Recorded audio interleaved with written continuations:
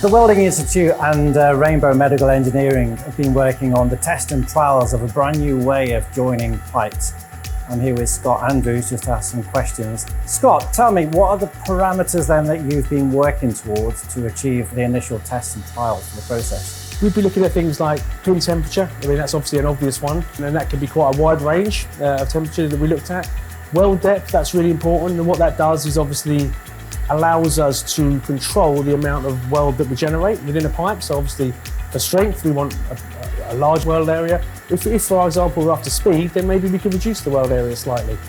Pin frequency is another one, so that's essentially the speed at which the pin goes in and out of the joints. The step distance, so the step is essentially where the pin moves in between the heating cycle. And then the cooling time as well. So obviously that's another key welding parameter for welding plastic pipes as well. So how did you optimize the welding parameters for the pipes? Initially, we started off with a screening design of experiments on polyethylene sheets. And what that done is obviously allowed us to assess the whole range of welding parameters with quite a wide range of conditions on polyethylene sheet, which is a lot easier for us to test.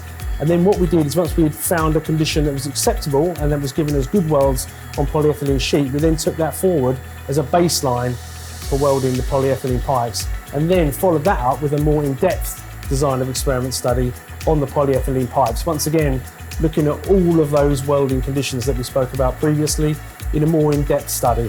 What methods did you use to assess the quality? We essentially took parallel-sided test specimens from each welded plaque, and I think we did well over 100. We did a simple tensile test on those to assess weld quality, and the things we were looking for was obviously ductility, and also the energy to break values. Those are things that are currently used to assess quality of polyethylene pipe welds. And then once we were happy with the settings that we found on sheet, we then took those settings forward and did a wasted tensile test on the actual pipe specimens that we produced.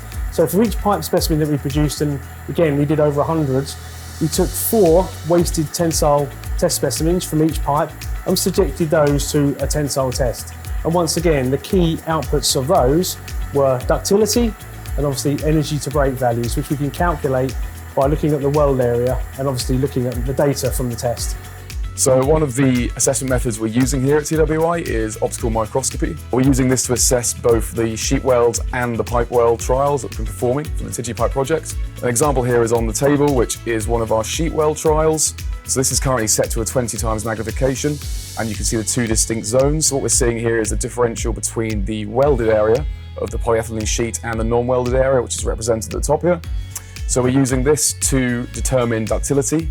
We also measure the actual weld depth via this equipment and software, and we use that alongside the tensile data to calculate the energy to break values. The burning question for me is, how does the Pinweld process compare against other conventional sort of methods such as fusion, electrofusion? What are the advantages that you see?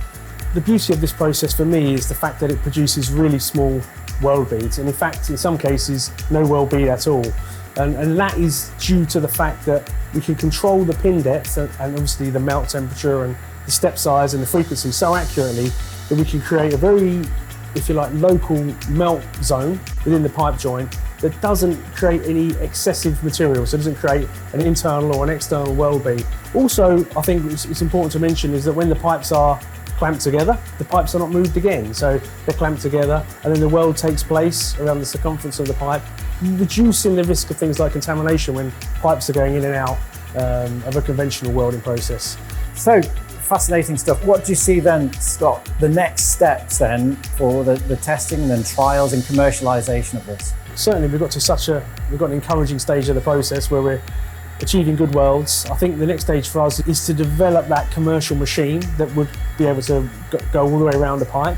Currently we're welding with 1 weld head, and actually moving that into a system where there's multiple weld heads would present challenges, but actually is the next stage, naturally the next stage of the process for us, so that we can weld pipes faster, quicker. That's what I think the natural next step for the project is really.